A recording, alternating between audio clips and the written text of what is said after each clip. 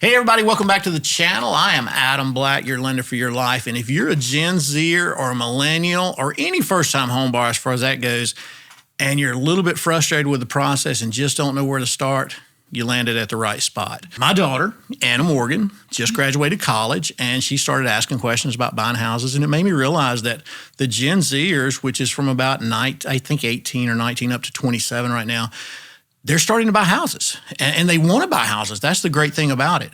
And so I asked her to message some of her friends, DM them, and ask them what questions they had about buying a house. What were their biggest concerns? And they've been great so far. This is our third segment.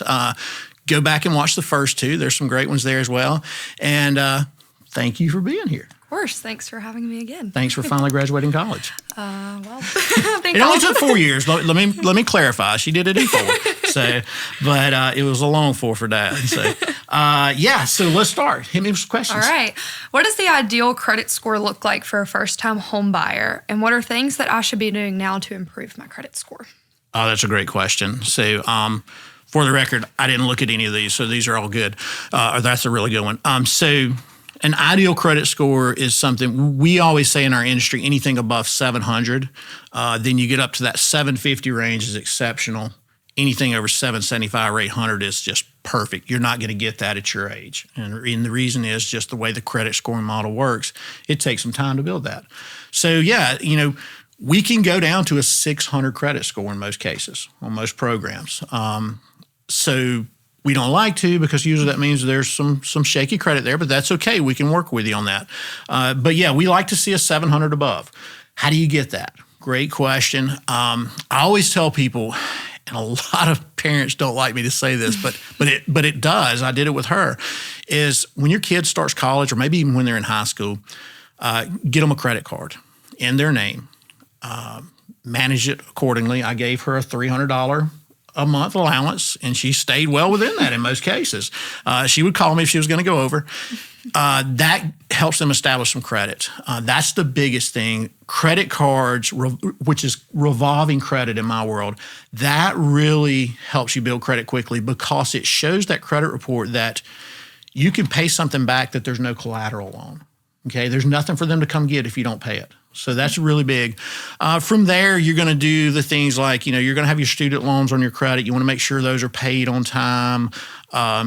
Hopefully you're not getting car loans yet, but if you are, don't borrow a lot and pay it on time. So really, you guys are just establishing credit. I'd say your first step is to get a credit card. And there's a number of ways to do that. People can reach out to me and I can help them with the easy ones. But yeah, that's where I would start. Okay. What are the different types of home loans, and how do I choose between all of them? Another great question. So there are a lot of different programs. What we call the big 4 or 5 big 4 is you've got FHA, okay, you've got USDA, you have VA, and you have conventional. And I know that's like speaking French to you. Yep. But those are all different programs, and they all have different parameters, and we use each one of those individually to fit the needs of the borrower, okay? And what I mean by that is, like with USDA, it's 100% financing. It doesn't require down payment. It is geographically restricted, so you can only use it in certain areas. That's usually a go-to for a first-time home buyer if they're in that area. And those areas will surprise you where they're at. The second one would probably be conventional, 3% down. That's 3% of your sales price. And then FHA is 3.5% down. Probably not going to have any veterans in your age group right now, but the VA loan is another great one to use. How do you know what you qualify for? Get with a qualified loan officer. Get with a professional that is going to walk you through the process and find everything you qualify for and give you options. You never want to feel like you're shoehorned into using one thing. Now, sometimes you are. There are going to be times when I'm just going to tell somebody, hey, all you qualify is for an FHA. But there are going to be other times when they qualify for an FHA and a conventional, and I'm going to sit down and show them, hey, here's the total cost of this mortgage over time. Here's what I would do. Here's what the numbers say you should do. Consult with wise counsel outside of this, talk to them, and make a wise decision. So yeah, Biggest thing is just get with a professional. So if I plan to buy a home and the interest rates at the time are 6%, am I locked into that rate as I pay off my loan, or can I refinance and have my rate adjusted through my payments? If I refinance at a lower rate, am I able to lock in at that rate? Yes and yes. Okay. So yes. So when we start your mortgage, you're locked in to whatever mortgage whatever rate you've qualified for. So let's say that's 6% on a 30-year fixed rate mortgage. That's what you're going to pay for the life of that loan. Now, as soon as we see rates begin to come back down, we're going to refinance, and we're going to do two things. We're going to try to get you to a lower rate, and we're going to try to get you to a shorter term, because by going to that shorter term, we get you out of debt quicker. Make sense? Okay. So when you refinance, so you start at the rate you qualify for, 30-year mortgage, you go to refinance, that's a whole new mortgage. So it's not, in other words, it's not like we index you down within the same mortgage. We're starting a new mortgage. Now, everybody always says, well, when I refinance, there are going to be some cost. Yes, there are going to be some cost. But we're going to justify those costs with what you're saving in interest rate and interest over time by going to a shorter term. Okay. So what exactly is refinancing, and what benefits does it present for a homeowner? Great question. Refinancing is just what you're saying. You're refinancing your home. You're taking the original financing, doing away with it, starting a new mortgage on the home.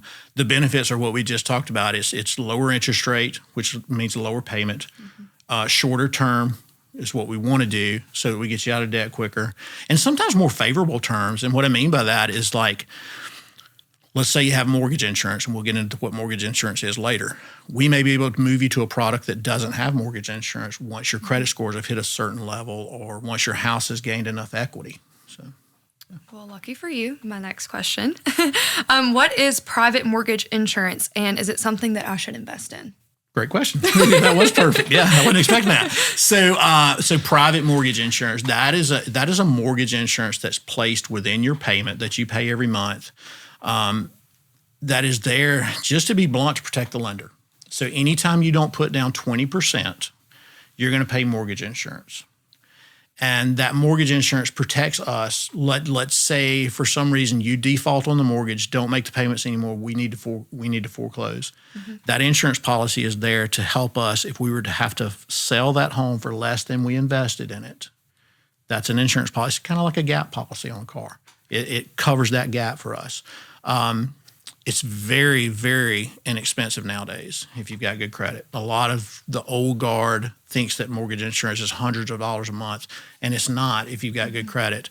And then FHA has done a really good job with bringing their standard down. So is USDA. VA doesn't even have mortgage insurance. So it's really affordable. You don't have to put down 20% anymore, like we've talked about in recent videos. And but it's just there to protect the lender. And you don't have a choice whether you get it or not. Yeah. You're getting it if you don't put down 20%. I have to have it. Yeah, you have to have it. Yeah. Okay. I think that's all for today. Is that it? Yeah. Well, thanks for being here. Of course. Guys, thank you so much for stopping by. I think this is the third one of these we've done, I think. Yeah. I really appreciate my daughter being here. Thank you guys for sending in the questions. All these questions, by the way, are people that she's talked to and that have sent these in to us. So if you have more questions, comment below. We'd love to see those. Find me on any of the social channels, Adam Black Mortgage. You can find me there. Remember, I'm your lender for your life. Want to help you with anything we can. You can reach out to me any way possible. DM me, comment below. The only thing I don't have is Snapchat. Still working on it. She's still working on it. I don't know. I just got this guard up against that. That's the one I'm not going to do. But everything else you can find me on. Love to help you guys. Thank you for stopping by. Like, subscribe, hit the bell. Thanks, guys.